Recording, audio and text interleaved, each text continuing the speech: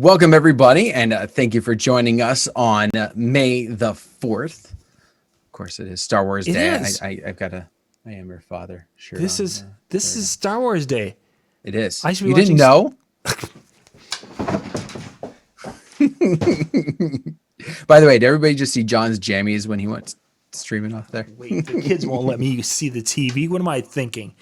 Man, oh man. Oh my. Well, listen, if you didn't watch it by now, I'm gonna wait till he puts his earbuds in. If you didn't watch it by now, then you're not really a fan. That's all there is to it. It took you this long to know. How much of a fan are you really? Missing Star Wars. There could be like something new. It could be the time that I watched episode 3 and there was one little piece I missed that makes it all come together. Or I might figure out what's that up with that Jar Jar thing. Yeah. You didn't figure that out in 9? No. Yes? He was in 9. No. Yes. Really? He was. I'm gonna, when I get done here, I'm gonna have to start at 1 and work my way to 9, so I can have all the answers by next time. Next week. Yeah. How long do you watch them all? Oh my! But anyway, on that note, we do want to thank you for joining us tonight. If you haven't, if you weren't tuned in last Monday and you didn't watch it in replay, you missed as we started to open the door on creating some things that can help us, especially in this time of difference, because we're not conducting business as usual. So Correct. We're looking for ways that we can move forward and still be able to do what we do. And just how can we do that? What maybe is the path to doing that, path of least resistance, if not better, like that? I think what we're really talking about tonight is flexibility, because if the world opens up and we can do our 150 person weddings, and if some of the social distancing is relaxed, we know how to handle that, because that's what we do. What we're talking about tonight are these situations where, and this is probably going to be very, very much a part of our discussion from now until probably September, October, is the 50 person events. Right now, most of us are at 10 person, is the most you can get together. Are we talking weddings under 50? Are we talking weddings under 100? They're going to be modified and changed. And as of right now, if I were looking at the experts and what they're saying, that are the virologists, they're talking 50 person or less events is what we're going to see for the rest of 2020. With that in mind, we need to be flexible and adjusting and be preparing for that. And I think the discussion around a micro wedding type service is something a lot of us should be kind of looking at and thinking about, because I think we're going to have people here June 1st who are going to be like, let's do our wedding, but let's do it differently. And off we go. Absolutely. And that's going to be the key. We've got to be able to find a way to meet them at the door. And I would say this is going to go a couple different ways, because let's assume for a second that you don't set something up. Let's go to the negative for a moment. All right. You don't set something up. You don't have a plan in place. And then they decide to make this change. And maybe they have to make this change kind of last minute because, your state was going to do one thing and then something happened locally and they go, sorry, you can't do that. Mm-hmm.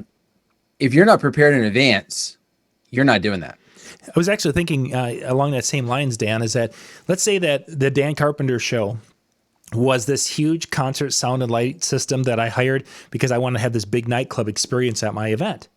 And I know that that's what I hired. I've got the contract here. I signed that. Now, if I get to the point where I, as a bride and groom, you're part of that couple, it's like, we can't have the big event we wanted to. We know that the Dan Carpenter experience is this big thing, but we want something smaller. There might be situations out there where people are like, we'd love to have that, but we know we can't. And because the Dan Carpenter experience is known as that, they might not even come to say, hey, Dan, we want something smaller. Because that's the Dan Carpenter experience. Instead of saying, hey, Dan, we'd really like to work, or we still want to do something, but what? So they'll call and say, hey, Dan, unfortunately, we can't do our wedding. We're going to cancel, which is obviously the last thing we want to hear.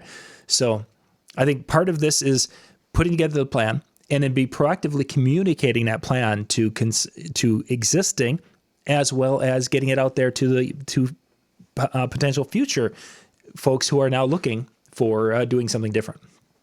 I think that's the key, because I unless there's some active marketing going on, I would say that a lot of your couples, if they decide to go forward, they're going to assume that they can't have a DJ. Like I actually had someone who reached out to me about a birthday party, and they're like, "Yeah, it's gonna be relatively small, but we loved you at our wedding, and we want to have you for this birthday party." And normally, I just kind of like birthday parties, what's the deal? But I was like, you know what? I loved working with you guys, absolutely. And but the thought was because this was gonna be smaller, like, well, we can't have a DJ. We're gonna just we're gonna rent a sound system. We're gonna press play, and that's all we're really gonna worry about because we can't get a DJ. Right. Yep.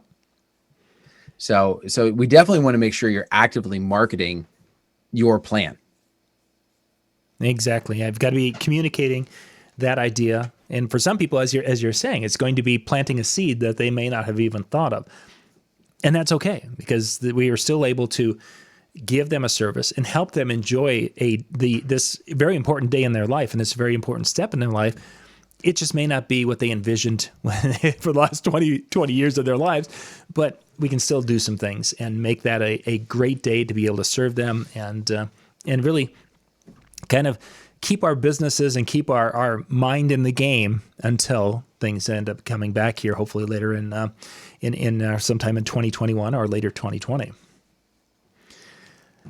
So if people are going to be scaling their weddings back, what is that going to look like? Let's kind of dig into that first. And we were just talking about an event that is looking at retooling and redoing their things.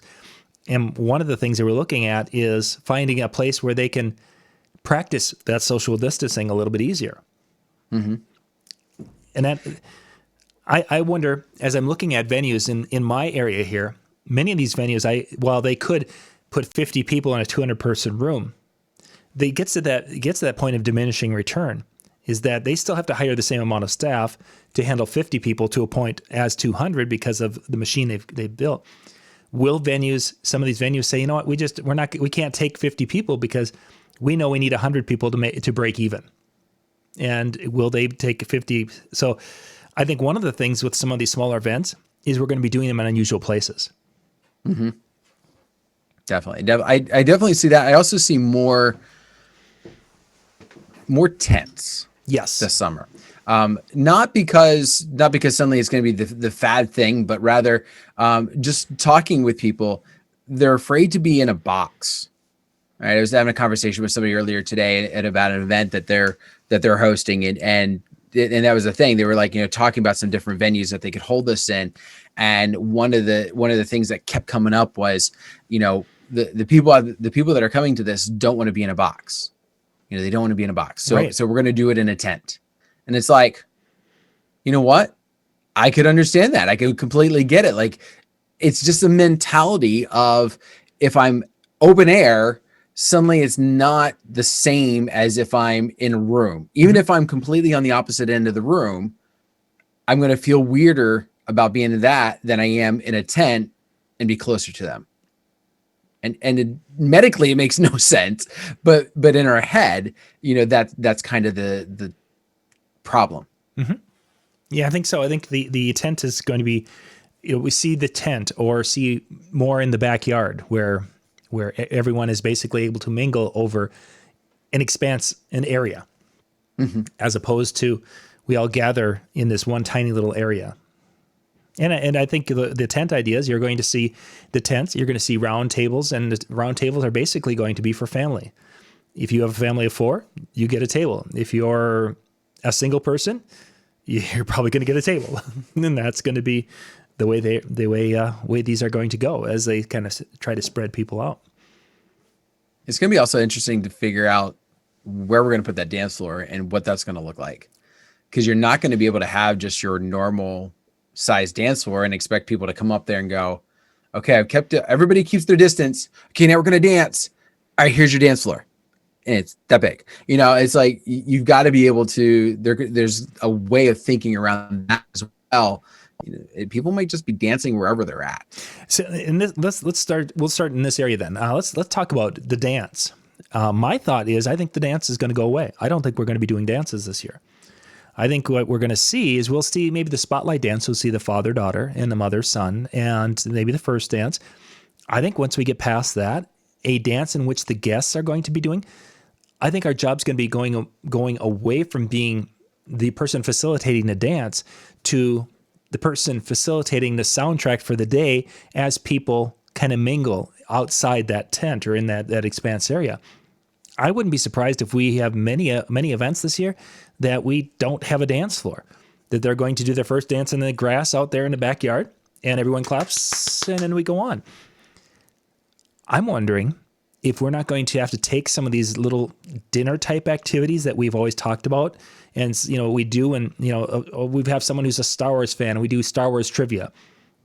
I'm wondering if we're not going to be encompassing those types of things. The trivia about the couple that we're doing during that cocktail time or during the social time, which the social time would include they're doing their dances and such while people are mingling and engaging.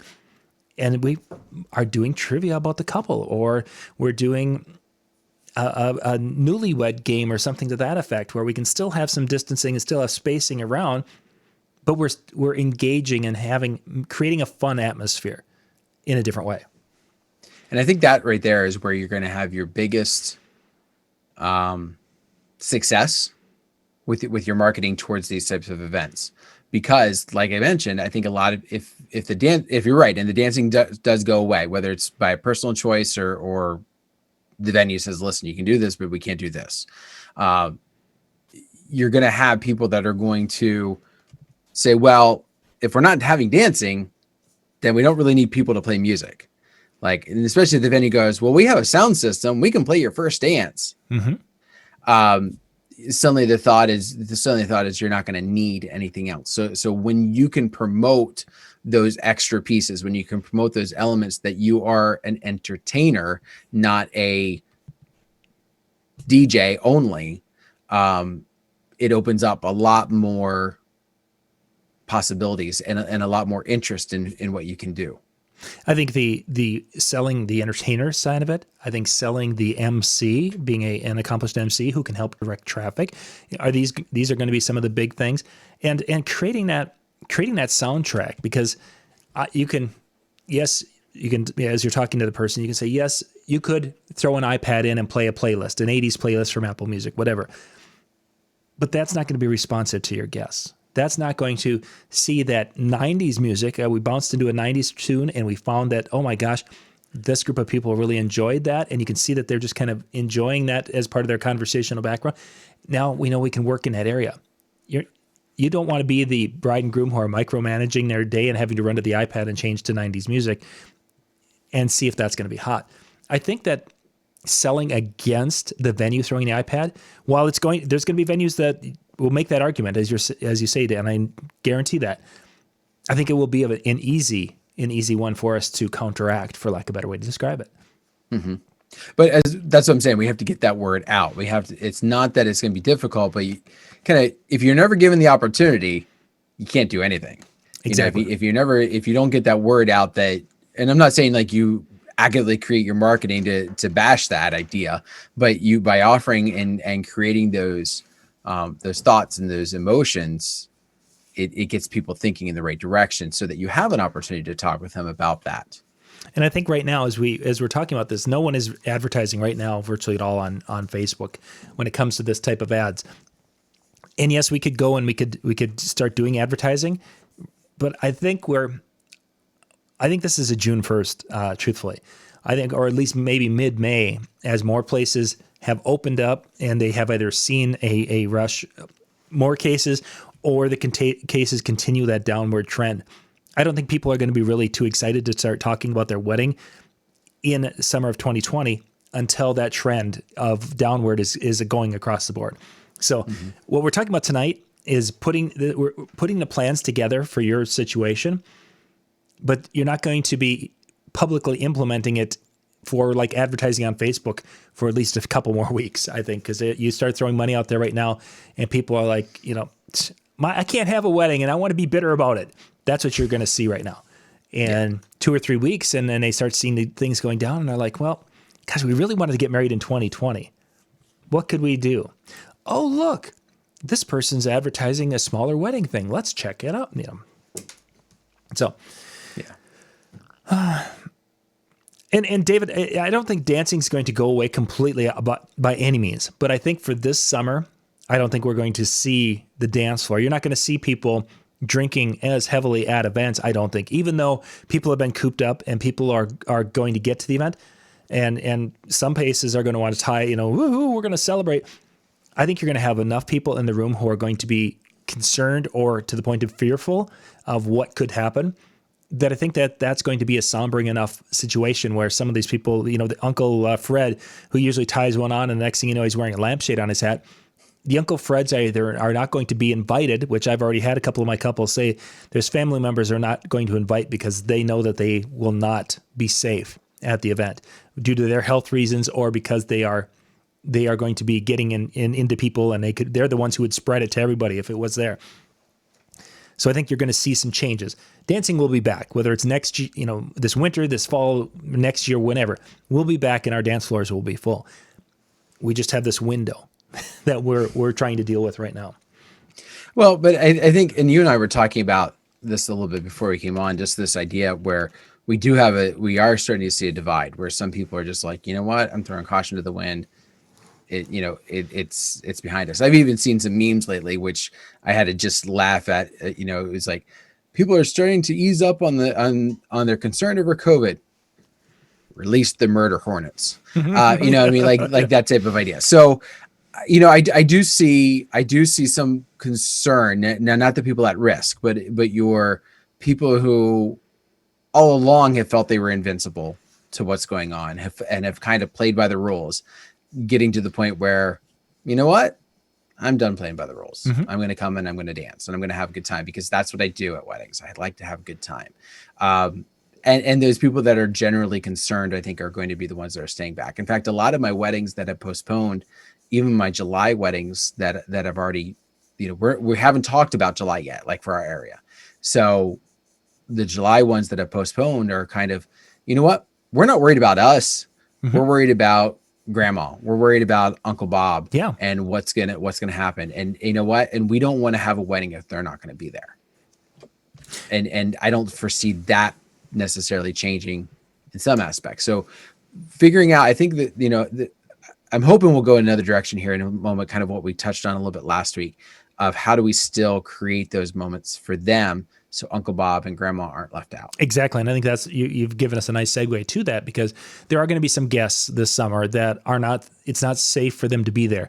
Even though there isn't any, you may be in an area where there hasn't been a case for 3, 4, 5 weeks, whatever it is.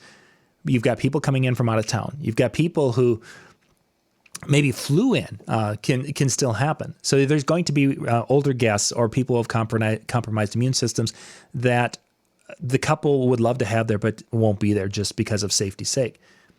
Now we have to figure out how do we include them as part of the day? Absolutely. So before we go 100% in that direction, I be remiss. Somebody, Gus talked about watching a friend's wedding at the front of their house today. And it reminded me of an idea my wife threw out, which was drive-in weddings. Mm-hmm. And instead, now we've seen a little bit like that. I don't know if you've necessarily seen it online, where everybody was in the parking lot at the church and they got up and married at the front and everybody honked their horns and yay. I could see receptions being done that way. Yeah. I could see, just we're in kind of, you alluded like renting a parking lot idea and everybody gets their car and we make this big, semi type of circle around what's going on and the couple's in the middle and they're waving to everybody in their cars. And, that's another avenue to being able to do these type of events. Yeah. You make a great point is that, it might be that there's going to be fewer backyard weddings this summer if we stay at that 50 or less. And it might be that they come out of the church, that they're broadcasting the vows and such wirelessly to FM 92.7, whatever it is. And then they come out of the church and everyone, maybe they have Zoom or they're streaming it to Facebook. So all the guests are on their phone watching it from their cars. They come out of the church and everybody cheers. And then they do a big drive-by procession through town as there's the reception. It'll go back to biblical times, and then they'll all drive out to the house in which the couple are staying at, and then they all stand outside waiting. So the garter gets thrown, right? If you guys haven't followed how marriages were handled in biblical times, that's kind of part of that process. So anyway, so there's going to be a lot of potential for folks or what they're going to do this summer. It's one of those things. It'd be nice to be able to say, yes, it's going to be this. But I don't think I'm going to be there. So I think you do need to prepare for an opportunity, one, to set yourself different, to be a part of that, not to just, I've seen some DJs in some of the chats and the forums and that are basically like, oh, I'm going to cater to the couples that don't care what's happening and are going to throw the biggest party that they can. And if the cops show up, oh, well. Mm-hmm. I wouldn't go that right. I would not go that direction. But what I do feel is, and we talked about this last week with the idea of, using Zoom. You have a two-person team so that you don't have to leave Grandma and Uncle Bob out. You can go and you can have your event with 25 and you're broadcasting through Zoom or you're broadcasting to Twitch or wherever format you decide that you're going to use, so that everybody who feels uncomfortable about going, who doesn't want to be a part of it because then we put this over the 25 or put this over the 50 number. Mm-hmm. You still have an opportunity to have them involved. Right. They still get to see what's going on. They still get to see it up from the comfort of their own house. We've talked about John, week and a half ago or whatever. Now you did your virtual prom. I could see virtual weddings, being set up where you have the DJ in the comfort of his own home, and you've got the couple in the comfort of theirs, and maybe you have an officiant in another one, and everybody's joining in from wherever they're at, and yet you still have that party, you still have that atmosphere, you still have that thing. It's just in their own homes. Yeah, and that certainly could be. There will be some of those. There's no question about it. There's going to be some couples who choose to go that route, and because they want to be married. And this is their option. John Cowley mentioned football field and 300 hula hoop dance circles. John, it was interesting. Just before we went on, there's actually an event going on for some kids who were in a car accident at a local high school. They did it out at the football field so they could spread people out over the entire football field. Yeah, the people are gathered from the 40-yard line to the 40-yard line, and there's like 200 people or whatever it was in that little area. There's no way that they were 6 feet apart. Some were outside that and they were spaced out, but it's next to impossible if you're going to have an event with trying to get 200 people on a football field, because people just kind of go towards each other. It's like magnets. So, Gus, here I gotta get closer. Gus installed an inverter in a car yesterday. Hopefully, 1,000-watt inverter that had to go right to the battery. There's no way that'll go off a cigarette lighter. That's for sure. Yeah, I had a 3,000-watt inverter that I did to the truck, and installed it up and under the hood, and had it mounted so the air would keep it cool, and then I could power all sorts of stuff. So let's jump back to doing a virtual one. So there's of course the one where that the couple are there in a church. You've got the officiant, the pastor there doing their thing, and you might be broadcasting the whole thing for them and helping them with that. With most of us, most people don't buy little things like this. This is the little device we need to go from our Apple phone, our iPhone. It's lightning to the tip ring sleeve. And then this little adapter allows us to take a tip ring sleeve to a tip ring sleeve if you have a tip ring sleeve lapel mic. Or if you are running a shotgun mic. I don't have a shotgun mic here. I thought I had one. I thought I pulled one out here. But having like a little shotgun mic for your phone and just the adapter, the sound quality you can get for using that as your Zoom signal, because you could have it set up where you can use Zoom and set it up with your laptop as the main one, and then have your phone join the meeting, have the guests join the meeting, and then ask them to keep their cameras shut off. You can manage that because it's your meeting. Then you can shut your microphone off on the laptop, have your phone hooked up, have the nice bracket to hold it, and tripod, this shotgun microphone, and it's incredible what these things can do, both with a good microphone, a good shotgun microphone, and the video capability. That is a skill and a saleable thing that a lot of people don't have that level of capability, and they would definitely like that. But now let's jump over to during the reception, because we want to have grandma be part of the night during the reception. I think it's a different world when we get to the reception than just basically being a fly on the wall type of camera person. Yeah, I mean, during the ceremony, we're all observers. We're not, other than clapping, other than cheering for what's going on. Whether it's 10 people in the church or whether it's 100, everybody's okay. We gotta be quiet. Yep. Or they kiss. Yay! Yeah. They're coming down the aisle. Yay! And then that's it. Like that's your job at a ceremony, okay? But as a guest, when it comes to reception, there's interacting, there's talking, there's mingling, there's drinking, there's dancing, there's all these other pieces that are a lot more in tune with each other. Mm-hmm. So yeah, you definitely want to have more of that. I think there's definitely more communicating on this. And I was, as we started getting into this a little last week, is that I think that if you're doing, creating that soundtrack for the day, and you have one person who's fulfilling that role as the DJ, that a second person could actually become the MC, for lack of a better way to describe it, of the live stream that is explaining what's going on, kind of being the host of the live stream, for lack of a better way to describe it. And they could also be announcing the different things that are needed to be announced during the dinner and social time that's going to go on. But that making it so that hey, now I'm going to pan over here, because if you look over here, they're going to be cutting a cake. We want to make sure you guys get a good shot of the cake. And you could be talking and explaining things a little bit too. So that way grandma can say, oh, wow, I got to see the cake cutting. Oh, wow, I got to see this. I got to see that. They can be part of the day rather than the fly on the wall like we did during the ceremony, where what am I looking at now? Oh, well, we're trying to take you over here to look at this, but they're like, oh, why is the person moving? This is making me dizzy. Well, there's a reason why we're moving, Grandma. It's because we want to go over here so you can have people say, hi, Grandma, thanks for joining us, type of thing. Having that host of that video, I think, could be incredibly valuable to the experience, and becomes something we as entertainers can offer and sell to our clients. Not to mention, they're going to see a lot more of the wedding than they probably would have otherwise. Exactly. They're not going to be in the corner talking to somebody for 5 hours. They're going to be, they're going to be moved around. They're going to be seeing all those little details. They're going to be up close to the cake cutting, as opposed to being, trying to see over top of somebody or whatever. So, yeah, and I really think you kind of hit on it.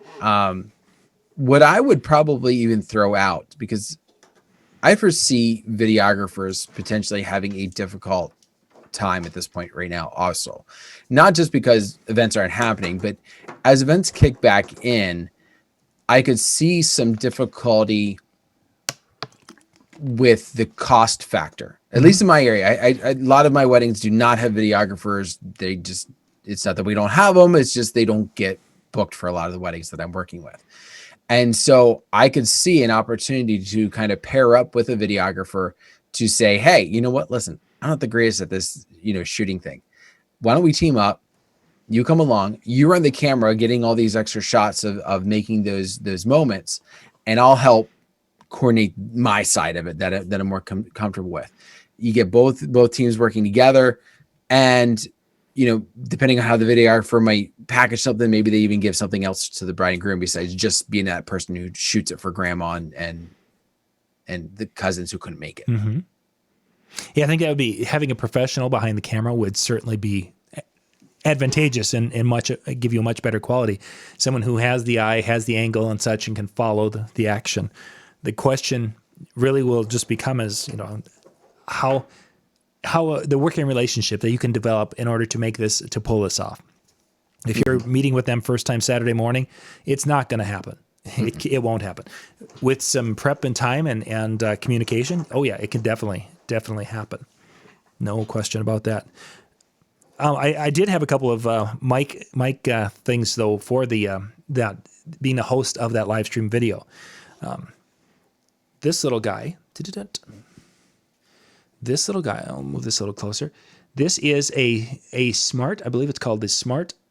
It's a Sabin Tech, Sabine Tech. It's the Smart Mic Plus. This is a little Bluetooth microphone that hooks up into your phone or your iPad. Now, the cool thing about it is, as you saw, it had a little windscreen. This is a lapel mic. Click it here, and I'm good to go. And it sounds pretty good. It's not Rode quality, but it's better than our headset quality when we're using headsets to record to a phone. What's cool about it is that under the element, I don't know if you can see, oh yeah, you can see that really well. There is an 1/8" jack. I can take my Rode mic. This becomes a lav belt pack. You've got this little guy, and then you're like, oh, hey, wait a second. Okay, the other one is on the other side because I was using it to record. You can actually hook two of these up. They connect with each other. Then they connect with your phone. So you can literally have, I could put one of these on the bride and one of these on the groom. And I could be, I would have the lapel on each of them, and I could be live streaming that via my Bluetooth or my cell phone or tablet. And it sounds, with the lapel, with the lav mic, it sounds absolutely fabulous. So these are maybe, I think they're on right now. I've seen them on Facebook again. I bought mine last year and they finally came, but now it's the Smart Mic Plus from Sabine, Sabine Tech, TEK. Rechargeable. They're supposed to last like 4 or 5 hours. I only use them so far for my weekend handyman videos, and I basically put it on and I've shot for the day, and I think I've shut it off for lunch. And my day is probably about 4 hours. So that's one option. Another option, of course, and we talked about these, the little guys, the little Sennheiser digital units. And of course, the Sennheiser is a tip ring sleeve, goes into our tip ring sleeve connector into my phone, and the other end is the XLR to use my favorite microphone. I can use my SM58, and now I have my microphone wireless, and I can go around the room and interview people all night long. Well, 5 hours. So there are some different options out there for using wireless or wired shotgun mic, something like this, to have to have a better quality sound. And again, you want to have it better than just having the phone, although some of the newer phones do sound really good. There's no question about it. But you want to have something that's a step up than what somebody could get from doing it themselves with their phone. And obviously, if you could get the professional camcorder person and somehow feed that in, which I do have that solution, it's on the other side. I didn't even think about bringing that. But we've got wireless HDMI capabilities that can go about 300 feet, and it's actually virtually no latency. It's an incredible little system, which would allow you to put that little pack on the professional camcorder, run a little jumper to that thing, send it back to the computer, and they would record on their machine, and it would be a win-win for the day. But that's like 3 steps up, because now you're having to do the laptop, you're having to do HDMI capture on the computer, and for most people, that's way more than they would ever want to get into. Yeah.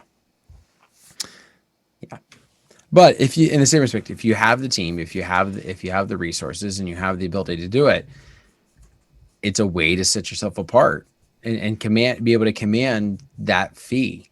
That's going to be the other key is, doing some of these, and especially as they're smaller events. I mean, even before all this happened, you get those phone calls.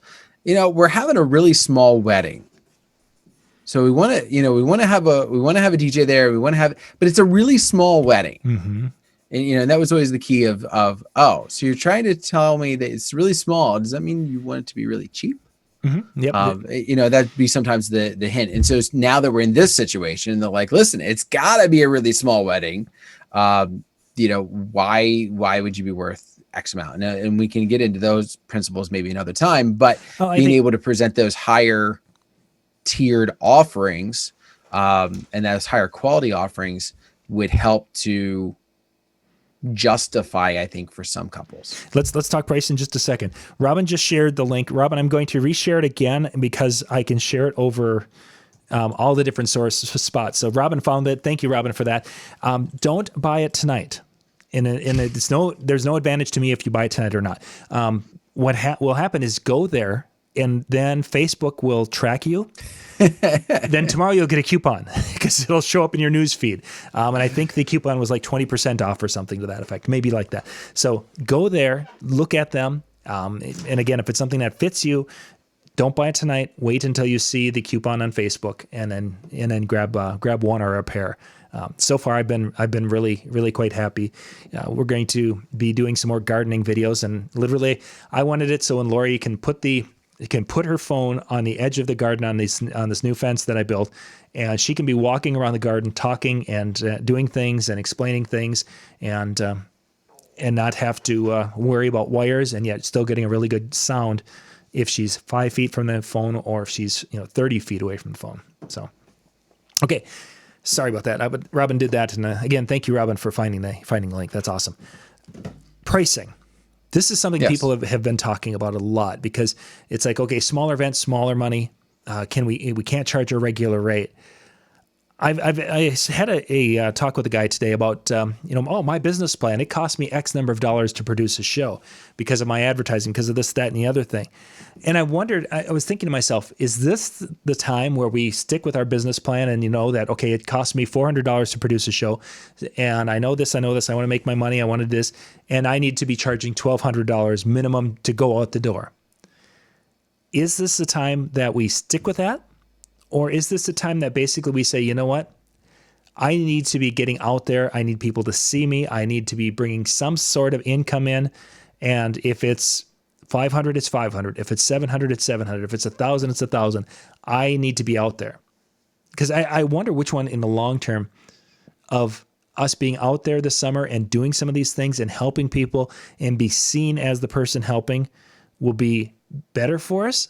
Or if we'd be better off, sticking to the Dan Carpenter experience where people, this is what you're going to get. You're going to get Dan Carpenter. You're going to get this big sound and light show.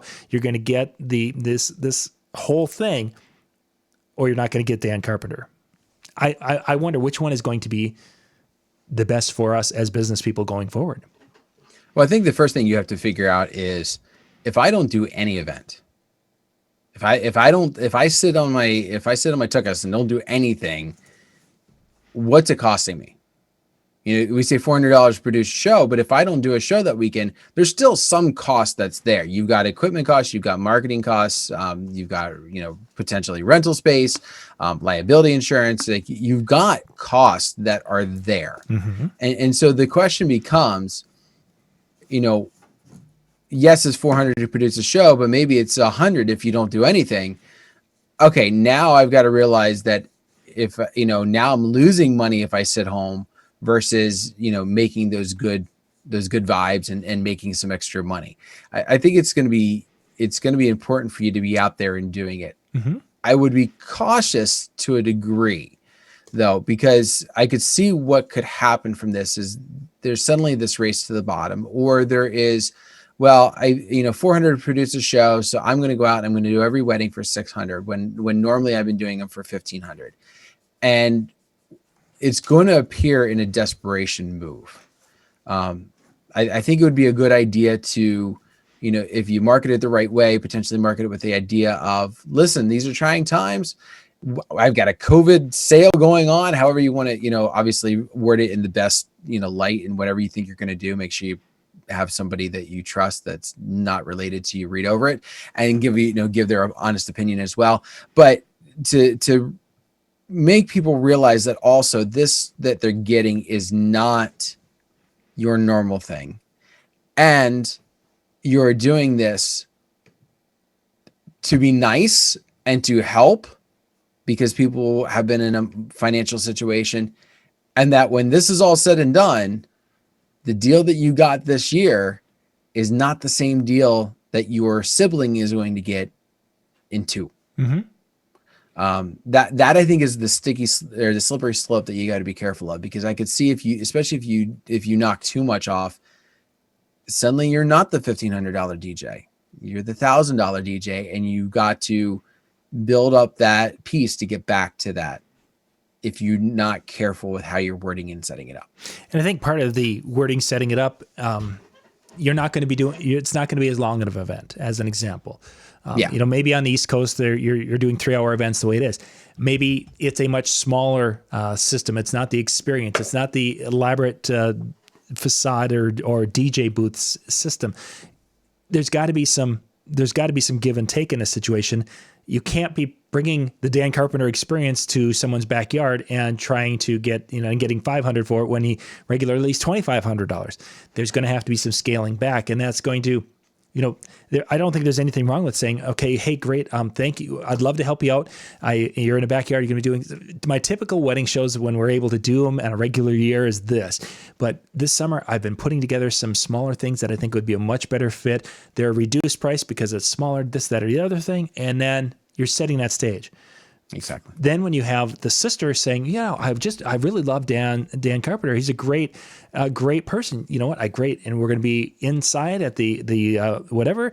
And this is my wedding show. And they're like, well, what? You did my sister's? Yes. And that was during a time where we needed to do things differently because of the crowd and the experience and what have you.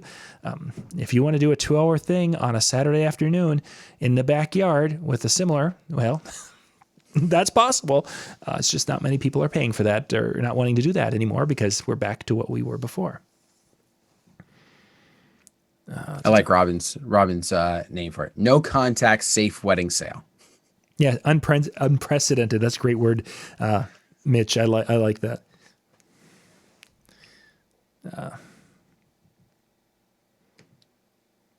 I think Ron mentions, of course, that paying whatever on Facebook. You guys aren't seeing this. Sorry, I'll read it. The groom said you can't put a price over love. He said if you're going to have to pay whatever for his wedding, you only get married. And I'm adding here the idea you only get married once, and you're going to do the wedding, whatever it costs at the way they want it. I think you're going to have that next year. Is you're going to have people who are like, okay, we had to postpone. We're going to have an incredible shindig, and there's going to be a lot more money flowing, especially if the economy doesn't tank as much as some people were afraid it will. If we can keep that economy just kind of floating along here until and then things will take off again, it could be a great summer because you'll have people who are like, we had money set aside before. We've been able to put a little bit more money with it as we've been kind of frugal over the last 6 to 9 months. We could be in a big position next year. So the Dan Carpenter experience might be a really sought after thing because they're like, hey, we want the best and we want this experience. And if it costs a little more, so be it. Let's do it. Okay. So we talked about the idea of the Zoom and doing some things virtually for the guests who can't make it. We've talked about probably more outdoors and under tents. Let's talk about our own personal safety a little bit.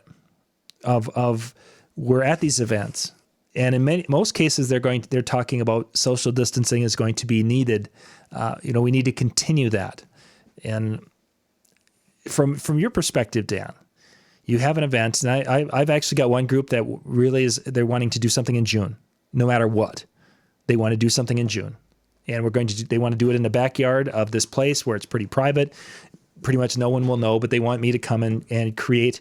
They want me specifically because they know that I'm really good with 70s and 80s music, and they want me to do what would have been like a dream gig for me up until this. But okay, so we have social distancing. How does that change from our side for our safety? What kind of things would you envision there? Well, I would say the first thing when we're talking about this, we're talking about safety, we're talking about, protecting ourselves. I really think that one, if you're not running a 2-mic system, it's time to do so. It's time to set that up to where one is your mic and one is the other people, and you're cleaning it in between because you're still going to be touching it, whatever, but you're not taking the mic that so-and-so had up to their mouth and then suddenly you're doing the same thing. Like, you might as well have just like stood there as they talked. Mm-hmm. So you're cleaning it, but you're utilizing those types of things to keep yourself safe.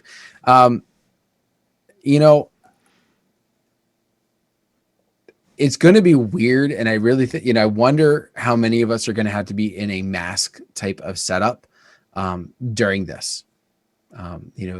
We're in the setting, masks are, accepted. So now I'm doing a mask, but I'm trying to talk and make myself sound as wonderful as I can through this thing. Mm-hmm. But there are guidelines. And I think, one of the things that will work to an advantage is it's going to be understood because everybody's going to be doing the same thing. Sure. Everybody at the wedding is going to be into the same situation. I saw on Facebook the other day, it was a piano player who was playing for a ceremony. Everybody's getting married. She was the only one that wore the mask. Nobody said anything to her. Nobody had a problem with it, but she found it interesting that she was the only one that wore this for this wedding. And it was a very small type of event. But yeah, those types of things are happening. And I think it is going to be understood that, if you do wear one, even if the majority of the people are not, it's going to be okay. As long as you're wearing something that is appropriate. Mm-hmm. Yeah. A few sequins, maybe a disco ball or two, especially if you're Dano. I kind of like Georgia. The fangs and blood look. I think it's just that'd be cool. That's just so fun. The skeleton face. Just put the whole mask on the whole way. Nothing says fun like bloody teeth. That's just fun. Or better yet, because of today, that Darth Vader mask that I like to wear when I want to feel special, I can wear it outside. How cool would that be? That would be so awesome. Jimmy mentions that there's a lot of dates, a lot of twos, palindrome dates for next year throughout the year. That there's going to be some things. So, Mitch, of course, mentioned that had a bride call and is adding more tables to their event in September. And I could see, if we're back and open and fully open in September, you might have people who, like to hit weddings and are only going to hit one in September, and it could be a much bigger event. It's so hard to say.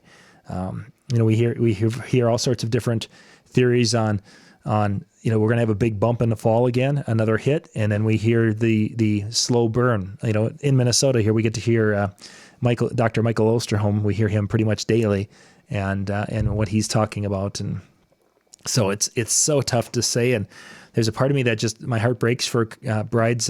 Talking to one for September. And it's the not knowing. She's like, I can plan and plan and plan, and I could be working on this really hard. And she said, I've already had my heart broken once because we moved for May. And, she's like, I don't know if I can take it again. I have no words for you. I'm sorry. I can wait till June maybe by June we'll know. We'll have an idea, as things open up and people are moving around. And otherwise, we don't have that magic or that crystal ball to be able to say for sure. So I've liked my couples that have been, in my viewpoint, the smartest about it. All right. And not to say people who postpone, for August or postpone for September are being dumb, but the ones that are just like, you know what, it might be cleared up by fall and it might not. And exactly, I've already kind of had things go south once. I really don't want to have the potential again. I'm going for next year. Yeah. And if it's still going on next year, who knows what they'll say. Yeah. But they're playing overly safe. Mm-hmm. And I think it's a good idea. I think it's, it's smart thinking, just to say, you know what, we've been waiting this long. We can wait an extra year. It'll be okay. Yeah. If they need to, that's, and again, some of that, not being disappointed again, it could be a really big part of that. So just to kind of wrap up here, we talked about a lot of different things. I think the big thing right now is for each of us knowing our own areas and where we like to work and the type of folks we have is to put together that plan and that thought process and maybe that package or those options for creating that micro wedding experience. Waiting a couple of weeks here and seeing how it's going in your area. And when you see people are starting to locally have more of that positive feel that, hey, things are on the downward trend, we can open. That's the time to be maybe advertising this, whether it's on Facebook or something to that effect. In the meantime, if you have any clients, that this is the time you should be reaching out to your clients and saying, hey, checking in, how are you doing? Most of us have already done that at least once, but it might be something to touch base with some of these and say, hey, I just wanted to let you know that I'm working on this in case this would be appealing and it would fit your situation. It's available, and I'd love to work with you on that and such.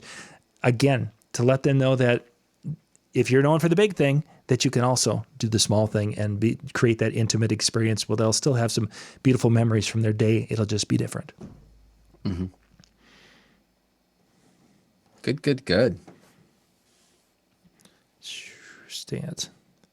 Yeah, excellent. I think we are good. So thank you guys for being with us tonight. We had a good crowd. Absolutely. We had about 50 of them over the different channels, 50 watching. So that works. I think, as we said, this is definitely something that's going to happen one way or another, whether you're preparing for a wedding or whether you're preparing for just some smaller type of get together type events. I mean, I see graduation parties being a little bit bigger, but within the guidelines, you know what I mean? Like, because they, my son or daughter lost out on their prom. They lost out on the actual graduation. So you know what? As soon as we get the all clear, we're giving them a party to make up for this. Yeah, I think you're right. I could see some of those types of things. So there might be some opportunities for you to even, take those ideas that we had tonight, even though in the context of a wedding, and utilize them in some of these other events as well. So take it, run with it, use it, and then give John and I a percentage. But no, I do want to thank everybody for taking the time to join us tonight. Have yourself a wonderful evening. The chill room is available, so make sure you're checking that out, djntv.com/chill. Great shows coming up this week as well, and be a part of it. Have some fun, learn some stuff, take advantage of this time, but have a wonderful evening. Good night, Thanks. everybody.